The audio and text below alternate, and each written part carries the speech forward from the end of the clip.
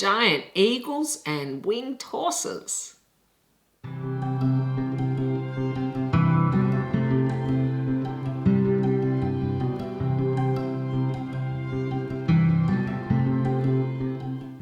G'day to all you lovely people and welcome back to my channel.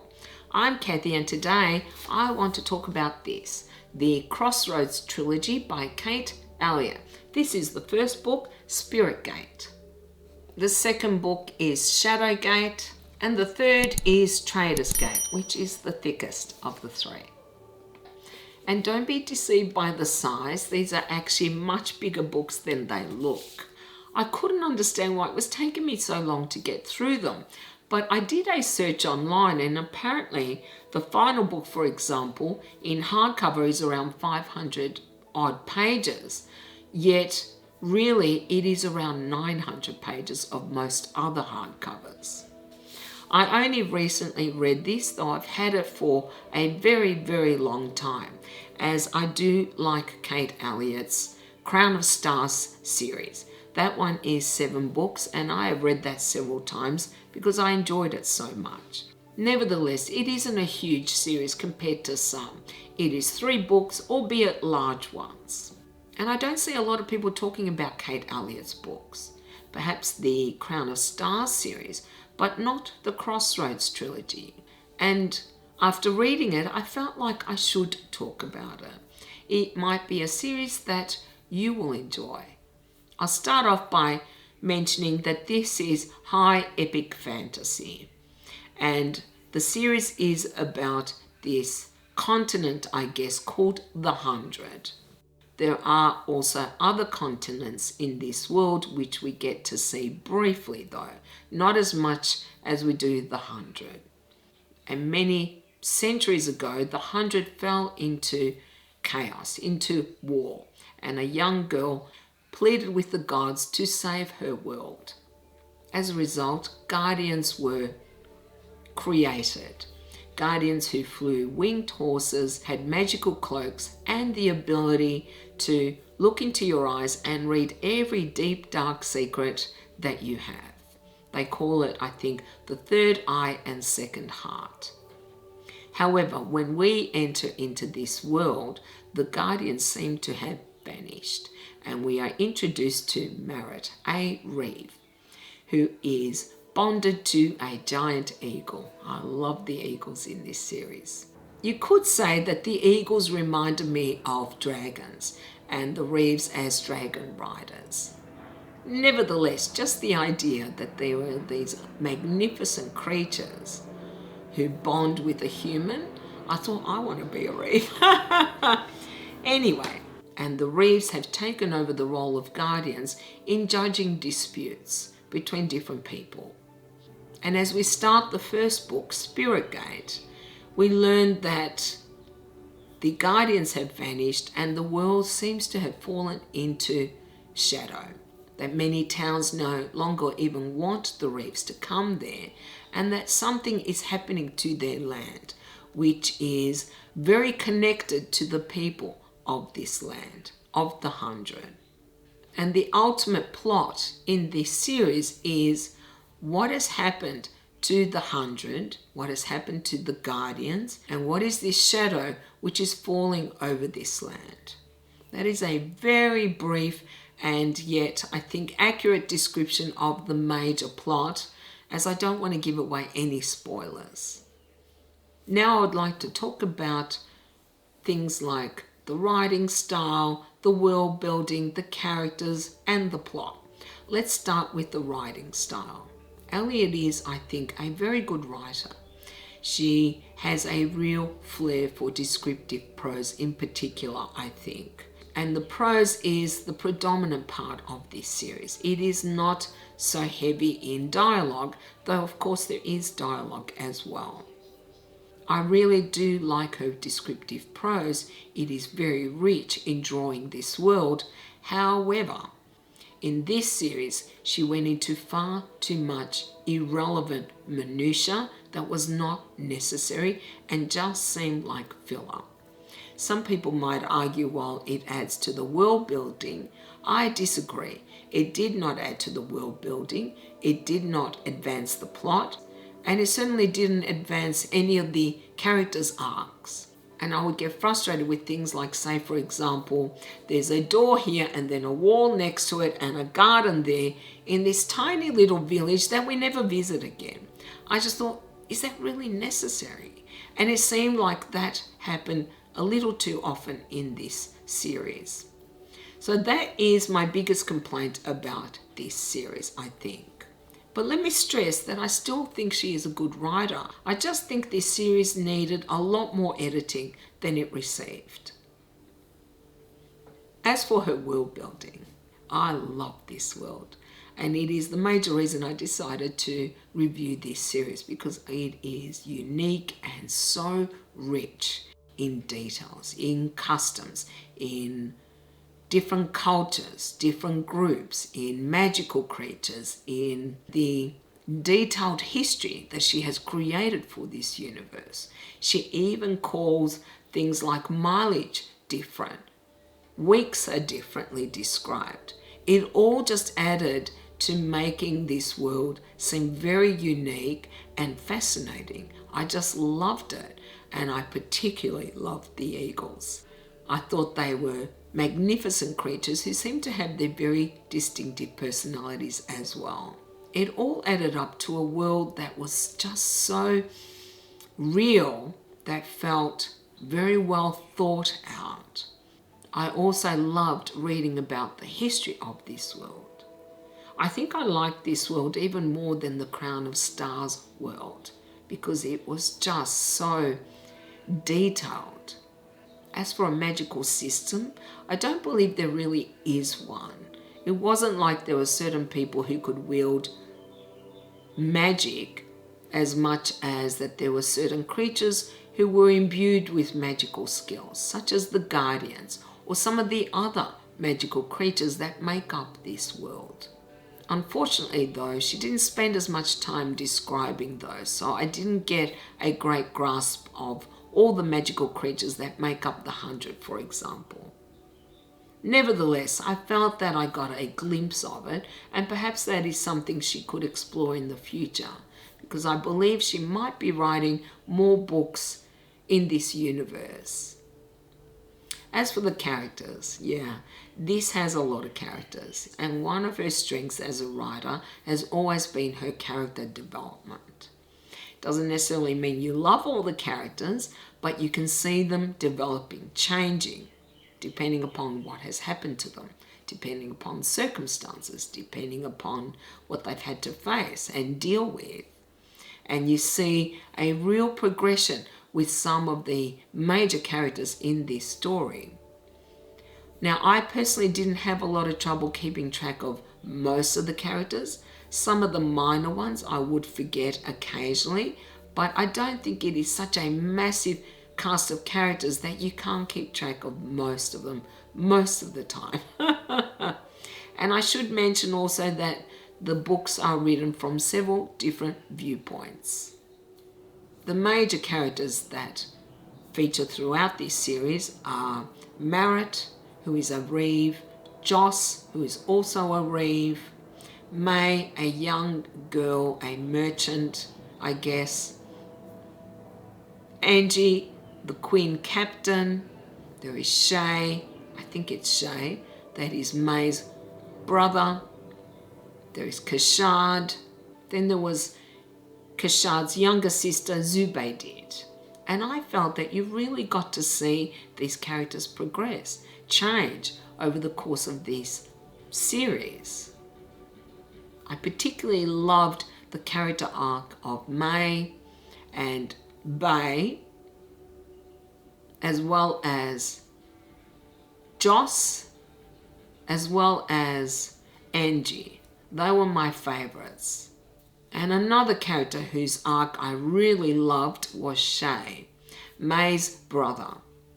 Strangely enough, because I am definitely a person who is drawn to characters, I didn't fall madly in love with any of the characters except for Zubaydid. I loved Bay. She was fantastic. The other characters, whilst I really liked, for example, Angie, I didn't love him. Elliott writes characters very well, I feel. They all have very distinctive personalities. My only complaint would be she tends to like to make them far too beautiful for my taste. Males and females. And sometimes it got a bit repetitive as to how people reacted to that beauty, whether it was of a male or a female. That I didn't like. It seems a little shallow to me, I guess. As for the plot, when I started the series, we're introduced to Marit, this Reeve, who meets up with her lover Joss, and we spend several chapters with her where we learn that the Guardians seem to have disappeared. And after several chapters, Marit is gone, and we have moved forward something like 20 years, where we see Joss, who is a vain and shallow person at times, but with a very honourable streak, discussing with other Reeves what is happening to the 100, where it seems it is falling more and more into shadow, where the Reeves are less and less accepted by towns and cities and villages around the 100. And then we move on to May, who is a young girl, the favoured daughter in this very strict family in this place, and I cannot recall what it is called, which however is under the occupation of an invading army of Quinn, who are I think to the west. May captures the eye of the Quinn captain Angie, who decides he wants to marry her. And really they don't get much choice. In fact, she is lucky that he's chosen to marry her and not just keep her as a concubine. This world unfortunately does have slaves, and a lot of slaves. And after getting married, as they were heading to another posting, something occurs which forces them to leave this continent or country and go to the 100. All of a sudden, we then skip to a new point of view of Kashad, who I will confess I absolutely hated and never got to like. In fact, just despised him throughout the entire series. He was sold into slavery when he was very young and was working to obtain his freedom and the freedom of his sister, Bay. And after meeting Kashad, we then learned that Joss and Angie, the other 2 points of view that we were reading about, have met. And I just thought this was such a missed opportunity. After spending so much time with these characters earlier, I would have liked to have seen that initial meeting. I would have liked to have known how they responded to each other. Hearing it third hand was just, I think, a very poor decision on the author's part. The first book mainly deals with this shadow which seems to be sweeping through the land and will be reaching this large town to the south of the 100, where a battle is going to take place. And it so happens that Angie and his 200 Quinn soldiers are in position in this large town to defend it against this threat. I'm trying very hard not to give away any spoilers here. It is always difficult to know what to include and what not to include, what is a spoiler and what isn't. I'm hoping that it isn't considered a spoiler. So there is a major battle at the end of the first book, which I thought was very, very anticlimactic. There was this huge build-up to it throughout the first book, and yet it was resolved in just a few pages, which I didn't accept. I didn't think it was realistic, personally. The second book, Shadowgate, deals mainly with what happened to the Guardians. What are the Guardians? Because they do play a major role in this series. And after learning what has happened to the Guardians, the third book mainly deals with this conflict between 2 major groups. I know I'm being so vague here. Whilst I really did enjoy the plot, the major plot in this series, I did have an issue with how slow it got at times. It seemed to really drag to get to a certain point in the story. It also seemed to have far too much filler in it. There is a point very late in the last book where a romance is developed. I just thought it was ridiculous to spend that much time on a romance, and she did spend a bit of time on it when we're near the end of the series. I wanted to get to the final confrontation, to kind of the denouement, to the resolution of this book. I don't really care about this romance. But that also could be because I didn't necessarily like the characters that were involved in this romance. And let me be clear, this is not a romantasy. It is just a minor plot that has been building from the beginning, I think. There is also, of course, May's relationship with this Queen Captain, Angie. That also plays a major part throughout this series. So it's not like there aren't relationships or romances in it, but they didn't feel like they were encroaching on the actual story. That last romance near the end, I just couldn't understand why she spent so much time on it, and I thought it was a poor choice on her part. It should have either been dealt with much, much earlier, and she should have spent a lot less time on it. Yeah. So what did I like and what did I not like about this series? I'll start off first with what I didn't like. One was the unnecessary filler parts, which I felt did not add all that much to this overall story. The descriptions of things that were irrelevant to this story. Unfortunately, that happened a little too often, I felt. I can forgive one or two, but not so many, where I just felt it's not important. It really isn't. It didn't add to the overall world that I was reading about. Plus, the finale in the first book in particular was just so anticlimactic. I think given the build-up, this conflict should have been dealt with more than what the author chose to do with it. It just didn't seem realistic to me. Another thing I didn't like was I felt it was too long, only because there was too much filler in it. It should have been shortened or edited more heavily than it was. There was also a viewpoint that I found a little boring to begin with, though I understand why the author included it. I just thought she should have done that a little bit earlier in the series and not as late as she did. By the time I got to that viewpoint about, I'll call them demons and I'll leave it there, I thought, but I know all the characters. Why are we now going here? This should have been dealt with either earlier or it should have been briefer than it was.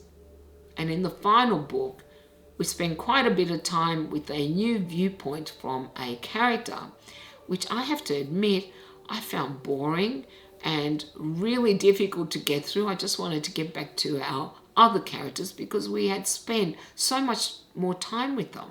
Something else I didn't like was slavery.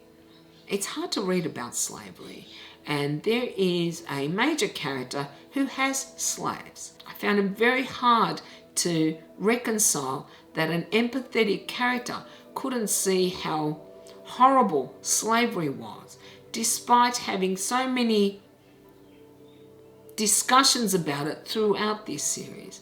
That I did not like about this particular character. And I felt that it was something that showed, I guess, a weakness in her character. But that is not to say it didn't come across as real. It's just something I didn't like about her. Which is probably why I didn't love some of the characters as much as I could have. Yeah. As for what I liked, I loved this world that she has created. It really is incredibly rich. I mean, the gods, the different religions, the different temples, the different customs, the different cultures that are introduced into this world, let alone all the wonderful magical creatures who, again, we did not spend enough time with. I loved all of this, and I felt like it is like I've stepped into a new world, and that's what I want to read about.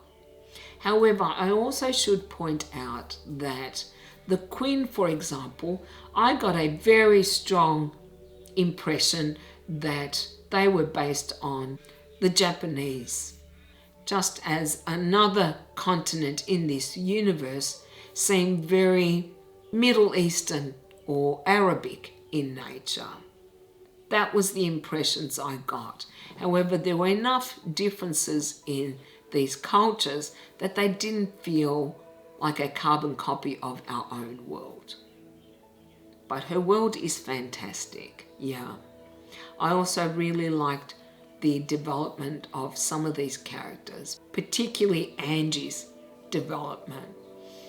I don't necessarily like where some of these characters ended, but I like their development. I could see how it came about. I could see what led to a character taking a step this way or this way. There's nothing better than seeing your characters growing and developing. I also really like seeing how May developed, though that felt to me a little forced. It didn't seem as natural as I would have liked. I much preferred the character of Bay, but she is a much stronger-willed character, I think. And she also is just an interesting character. Whereas May sometimes I felt was a little bland at times. Beautiful, but bland. I should also point out that there are some characters who are not as well fleshed out as they could be. You get a brief impression of them, but not enough. I really liked the way this series wrapped up. I liked how it ended. I liked how she also left it open for future books. And I felt like she concluded it well. And I enjoyed this series enough that I would definitely read any other books that take place in the 100. Because I want to know what else has happened or learn a bit more about other aspects of the world. To summarize, I really enjoyed this series, though sometimes it did drag for me too much. It seemed to include things that I thought were irrelevant and didn't add much to the overall story. But I loved this world that Elliott has created, and that is what made me continue reading this story. I also liked some of the characters very much, though not all equally. Overall, I think this is a good story and quite different to other things I have read in fantasy, and I think it deserves some attention. As for a score, I would give the trilogy a 6 to 6.5 out of 10. And let me remind you guys that I can be a very hard scorer, but I think that is a fair score for me. Well, that is all I have for you guys today. Now, of course, I want to hear, if you have read this series, what your thoughts are on it. I would love to hear your views. And you can let me know down in the comments, or you can contact me on Instagram. I do hope I've inspired some of you to give this series a go. It may not be for you, but you won't know until you try, right? Well, that is all I have for you guys today. I hope you enjoyed this video. And if you did, then you can do the usual. You can like, comment, and subscribe if you haven't already. I hope you all have a beautiful day, and I'll see you next time. Bye!